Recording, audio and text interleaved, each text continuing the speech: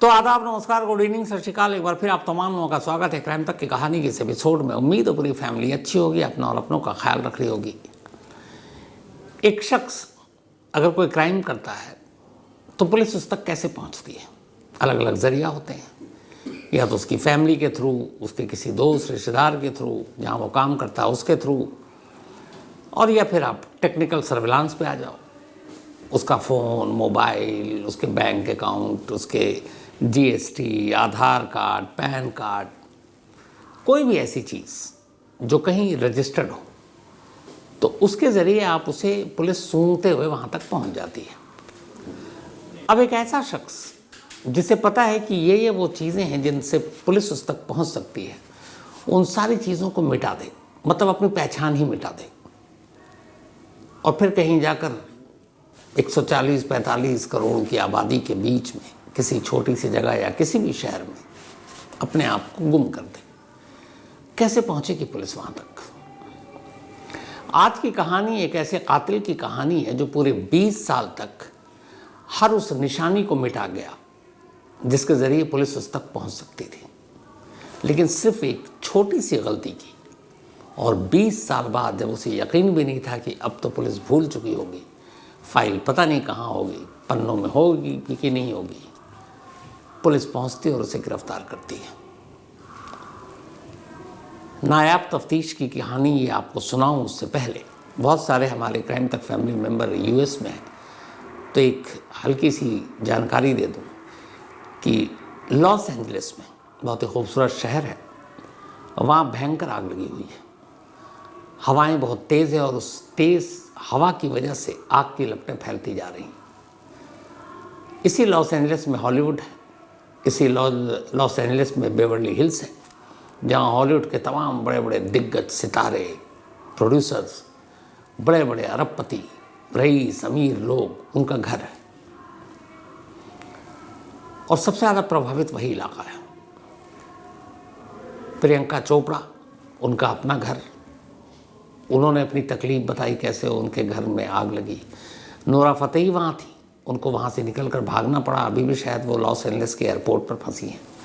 इसके अलावा कुछ दिग्गज नाम लें, पेरिस हिल्टन, साथ ही अगर हम प्रोड्यूसर की बात करें, बिली क्रिस्टल, मैडी मूर, न जाने कितने, जिनकी 40-40, 50-50 साल से वहाँ पर घर थे, सारी निशानियाँ थी, बच्चे पैदा हुए, बड़े हुए, उनकी अपनी ज़िंदगी कैसे ऊपर ऊपर गई, वो सारी निशानियाँ इस आग में जलकर खाक हो गई।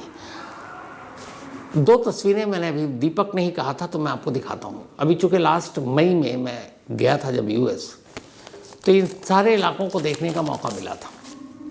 जो हॉलीवुड वॉक ऑफ फेम है, जो फेम है, sorry, Hollywood walk of fame, जहाँ पर ऑस्कर होता है, डॉल्बी थिएटर है जिसके अंदर ऑस्कर होता है, बस उससे कुछ दूरी पर आप आगे बढ़ेंगे, राइट साइड में आप जाएंगे तो फिर बेवर्ली हिल्स शुरू होता है। तो तब इन तमाम दिग्गज एक्टर, डायरेक्टर, प्रोड्यूसर, इनके घर देखे थे, उनको शूट भी किया था। और ये वही हिली एरिया है जिसके ऊपर आग लगी है और नीचे लॉस एंजलिस सिटी है, शहर है। तो वहाँ से गुजरने का मौका मिला, क्या खूबसूरत तमाम घर थे। तो ये तस्वीरें उस वक्त की है जब सब कुछ ठीक था, मई 2024, जब मैं वहाँ था। और उसके बाद ये सारी तस्वीरें आप बहुत ही खूबसूरत, तो हॉलीवुड हॉल ऑफ फेम देखें आप, वॉक ऑफ फेम, वहाँ से लेकर फिर बेवर्ली हिल्स तक। लेकिन अभी जो तस्वीरें आ रही हैं वो दहला रही हैं। आग की लपटें, कई दिनों से आग लगी हुई है। इमरजेंसी डिक्लेयर कर दिया गया है लॉस एंजलिस में। फायर ब्रिगेड्स की गाड़ियाँ कम पड़ गई हैं।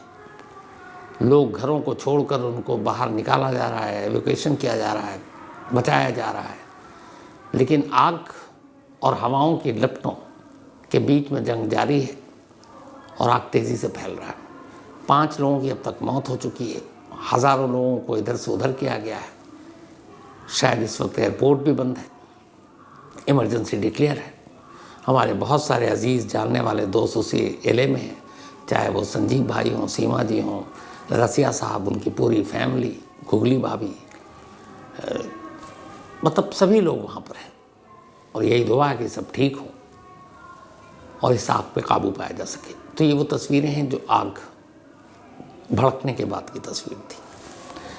अब आते हैं आज की कहानी के ऊपर। जैसा मैंने शुरू में कहा कि अगर एक शख्स अपनी पूरी निशानी मिटा दे तो पुलिस उस तक कैसे पहुंचेगी। ये कहानी एयरफोर्स के एक क्लर्क की है। इस क्लर्क का नाम है विनोद शर्मा। विनोद शर्मा यही नाम रहने वाला आगरा का, लेकिन इसने एयरफोर्स ज्वाइन किया।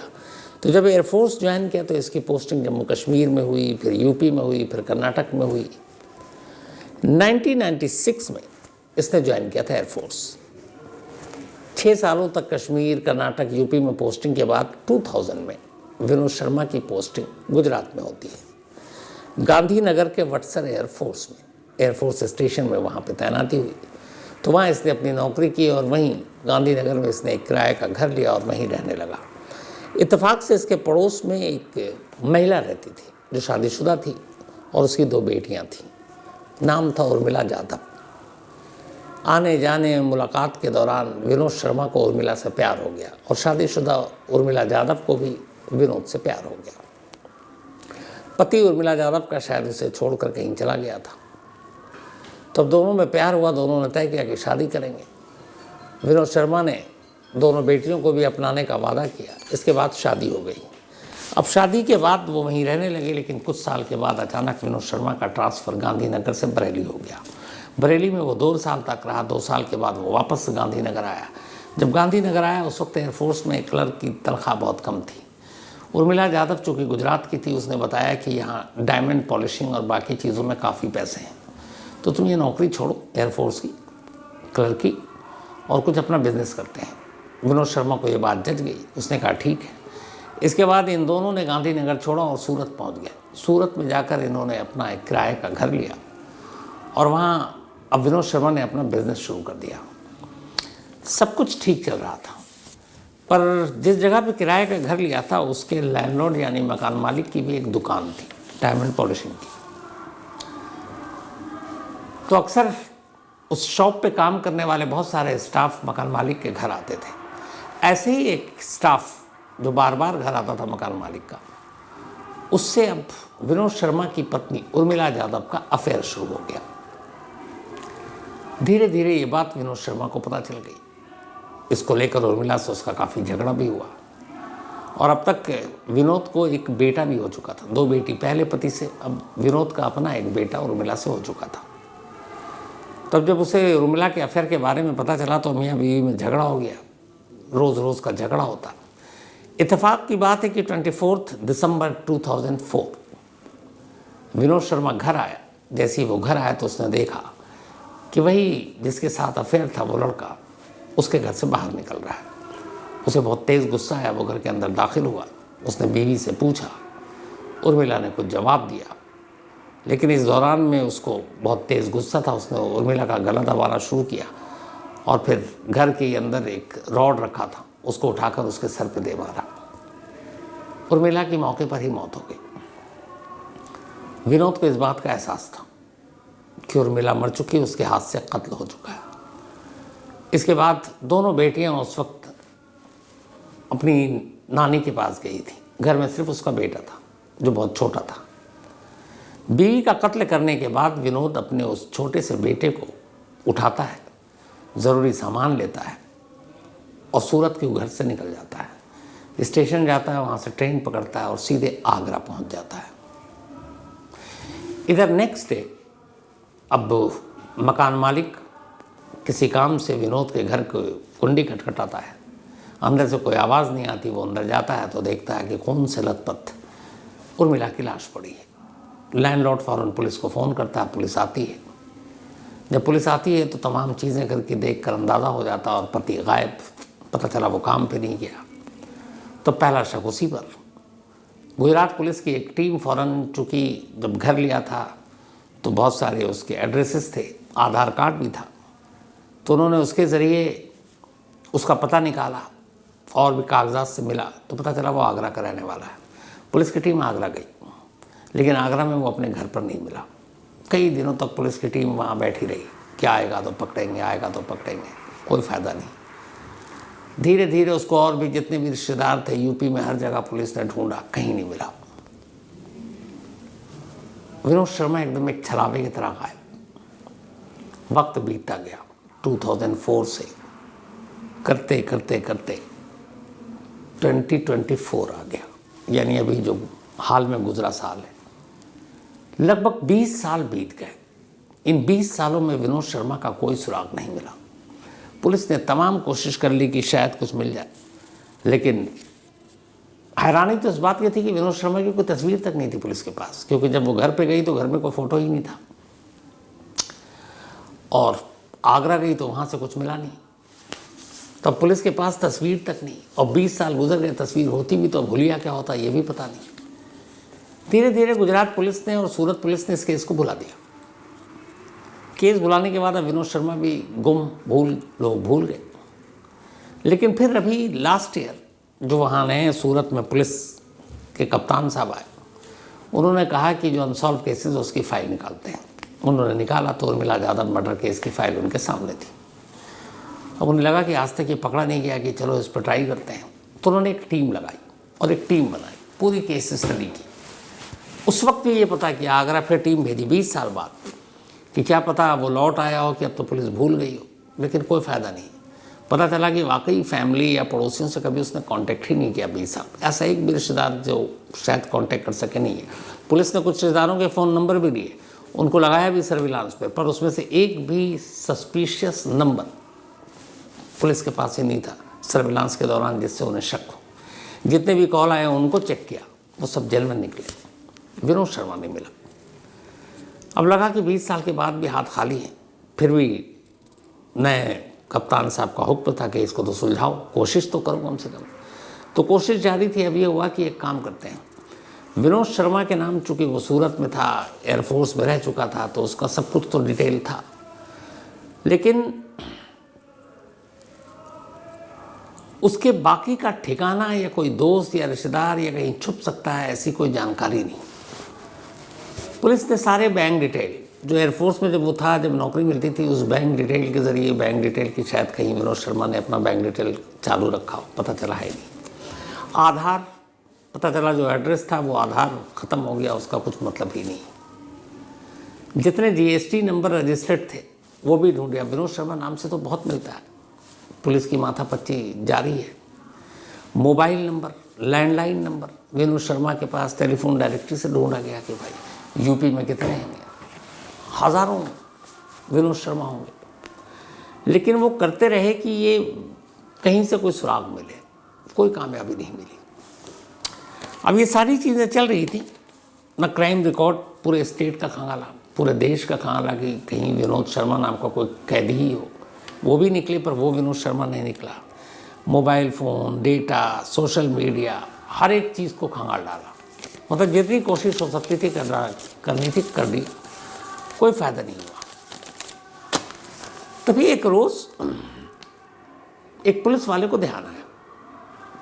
उसने कहा, सर मार्च 2020 में कोरोना आया था, और जिस तरीके से मौतें हुई 2021 तक, लोग डरे हुए थे और वैक्सीन लगाने की होड़ थी।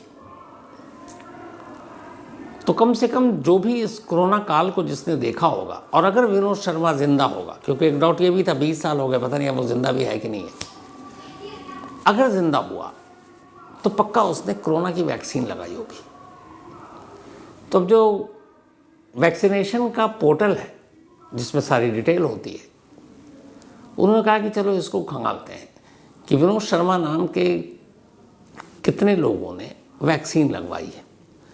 अब इस देश में विनोद शर्मा इतना कॉमन नाम है कि आपको बहुत सारे मिलेंगे। फिर ये हुआ शॉर्टलिस्ट करो, चलो यूपी तक चलते हैं, यूपी में आगरा चलते हैं, और जगह चलते हैं। कुछ विनोद शर्मा को खंगाला गया, अलग अलग टीम लगाई गई जहाँ जहाँ डाउट था, चाहे आगरा हो या और आसपास, पर वो सब दूसरे निकले, लगा हाथ खाली है। लेकिन इस वैक्सीनेशन, कोविड वैक्सीनेशन पोर्टल को खंगालने का काम जारी था। खंगालते खंगालते आखिरकार एक रोज़ विनोद शर्मा तो नहीं मिला, एक नाम मिला, वैक्सीनेशन सर्टिफिकेट था, और वो नाम था चित्रा विनोद शर्मा। अब पुलिस को लगा कि ये चित्रा विनोद शर्मा, चलो इसको भी आजमा के देखते हैं, पता कहाँ का है। तो उसमें पता था फतेहाबाद, आगरा के पास ही है।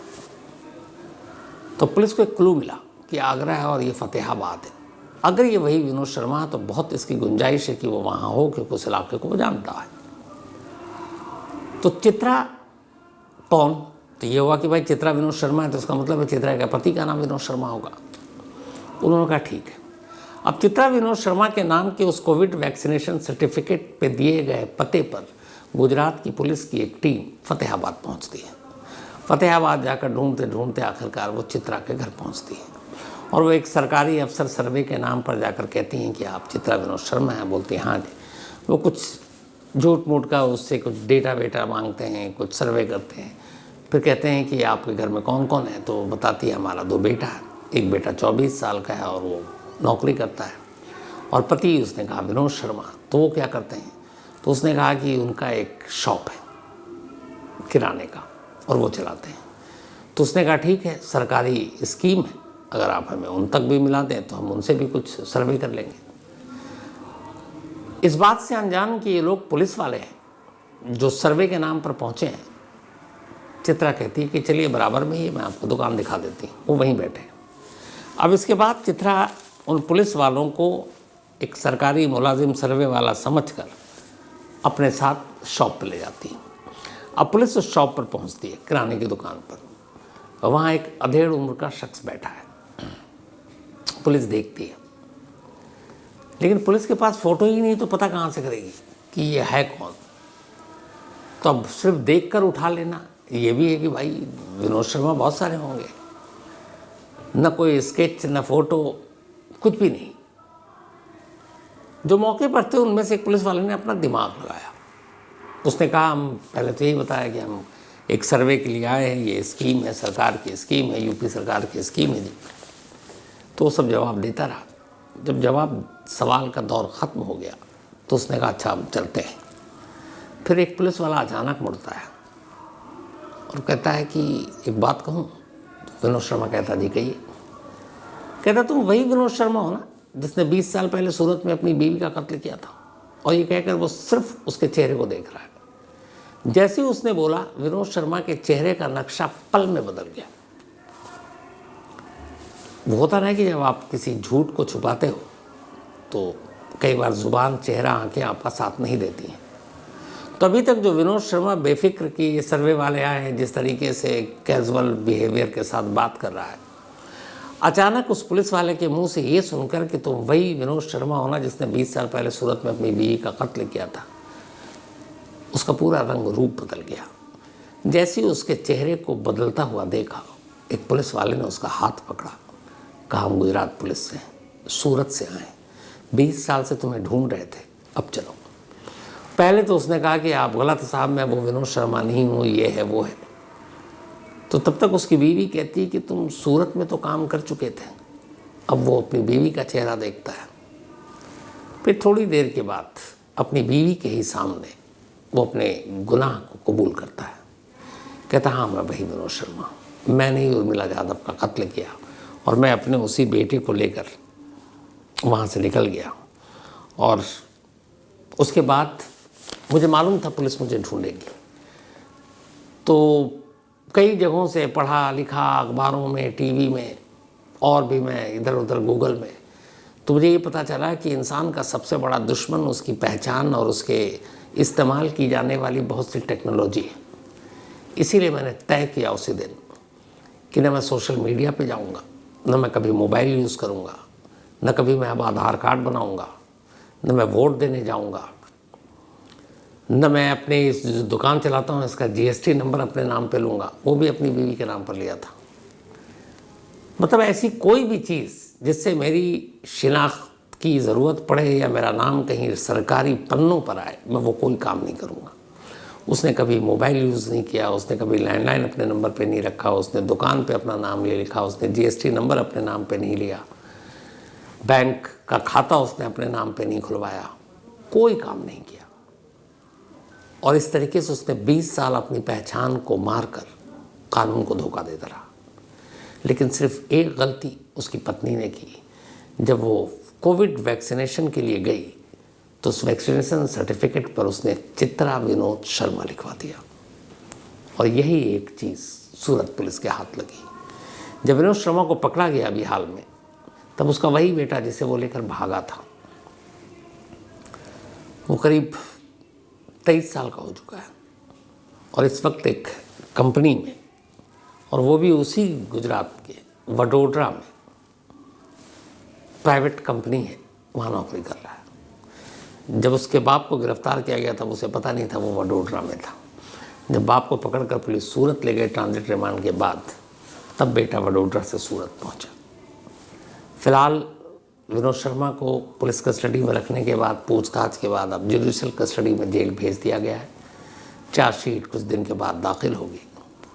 लेकिन कमाल है, मैं बार बार एक चीज़ कहता हूँ कि अगर पुलिस वाले सच में अपने ऊपर आ जाए ना, तो शायद ही कोई केस हो जो सुलझ ना पाए। लेकिन उसके लिए जज्बा, उसके लिए दिमाग, उसके लिए लक और उसके लिए इन्वेस्टिगेशन की स्किल की छोटी छोटी चीज़ें भी बहुत बड़ा सुराग दे जाती हैं। अगर इन सारी चीज़ों का संगम हो तो किसी भी केस को सुलझाना नामुमकिन नहीं है। ये इस कहानी का सबक है। तो आज कहानी में इतना ही, लेकिन कहानी ख़त्म करूँ एक से सबसे पहले आप तमाम लोगों का शुक्रिया, पूरी क्राइम तक फैमिली, जिन्होंने कल द क्रिमिनल स्ट्रिप क्राइम तक टीम की पार्टी पर इतनी अच्छी राय दी, मेल्स भी आए। तो ये सही कहा आप लोगों ने, ऐसी पार्टी से एक तो बाउंडेशन मजबूत होता है, एक दूसरे को समझने का मौका मिलता है, कुछ नया करने का हौसला मिलता है। इसी ट्रिप के दौरान बहुत सारे लोगों को नए आइडियाज़ आए। अब जब आप पहाड़ और वादियों में बैठे हो, इतना खूबसूरत मंजर और नज़ारा हो, तो फिर अच्छी अच्छी चीज़ें भी आती हैं दिमाग में। तो बहुत सारे लोग वहाँ से जब होकर आए तो बिल्कुल एकदम इस वक्त गज़ब के एक्टिव हैं और हर एक के पास नए नए आइडियाज़ हैं और वो आइडियाज़ जल्दी आपको क्राइम तक पे देखने को मिलेंगी। तो ये फ़ायदा होता है इस तरह के ट्रिप के। तो मौज मस्ती भी और साथ में कुछ नए आइडियाज़ भी। तो थैंक यू सो मच उन तमाम लोगों का जो क्राइम तक के इस पार्टी पर पूरी क्राइम तक फैमिली ने अपना प्यार दिखाया। Thank you so much. और इसी के साथ आज रणवीर कौर जी, इनका जन्मदिन है, तो हैप्पी बर्थडे रणवीर कौर जी। और ये करण बारिया जी की मम्मी है। मनीष वर्मा वकील साहब, इनका भी आज बर्थडे है। हैप्पी बर्थडे मनीष भाई, आप हमेशा अच्छे रहें, खुश रहें। अंकिता तोमर, इनका भी बर्थडे है, तो हैप्पी बर्थडे अंकिता। और ये आकाश सिंह की सिस्टर है। सुबोध कुमार का भी जन्मदिन है, तो हैप्पी बर्थडे सुबोध। भेजा पप्पू कुमार, धीरज कुमार एंड शिव कुमार ने। इसके अलावा अफसाना हाशमी और मोहम्मद हाशमी, आप दोनों की एनिवर्सरी, शादी की सालगिरह, बिलेटेड एनिवर्सरी, हैप्पी एनिवर्सरी। और भेजा है इनके बेटे ईशान हाशमी ने, बहुत छोटू से हैं अभी। साथ ही पूजा एंड मनीष, इन दोनों की भी एनिवर्सरी है, तो हैप्पी बर्थडे, बहुत sorry, happy anniversary Pooja and Manish, आप दोनों को belated. Mukesh Kumar, Mike the magician, thank you so much आपके इस प्यार भरे मेल के लिए, जो उस जर्नलिस्ट की मौत के ऊपर कहानी पर इन्होंने कुछ कहा था। थैंक यू मुकेश भाई, हौसला बढ़ता है। Vishrant Singh, thank you so much Vishrant भाई, अच्छा लगा आपका मेल देखकर। Vijay Ratan, thank you so much आपका भी। और विजय भाई भी 2 जनवरी को टेरी में थे, लेकिन हमारी मुलाकात नहीं हो गई। कहीं ना कहीं किस्मत ज़रूर मिलाएगी विजय भाई, तो थैंक यू लेकिन so much. Mohammad Furqan, thank you so much Furqan sahab आपका भी। इसके अलावा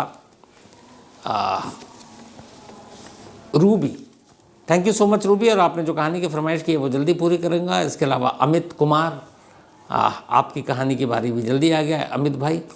और आखिरी में शगुफ्ता, थैंक यू सो मच शगुफ्ता। और उन तमाम लोगों का भी शुक्रिया जिन्होंने बर्थडे विश किया था मुझे 3 जनवरी को। उस दिन बाहर ही था टीम के साथ, लेकिन आपके इस प्यार को देख के हमेशा इमोशनल हो जाता हूँ। तो हमारा और आपका ये प्यार यूं ही बरकरार रहे, क्राइम तक फैमिली यूं ही एक रहे, यही दुआ है। और इसी दुआ के साथ अब आपसे मुलाकात होगी कल रात 9 बजे किसी नई कहानी के साथ। तब तक अपना और अपनों का ख्याल रखिएगा। Thank you very much.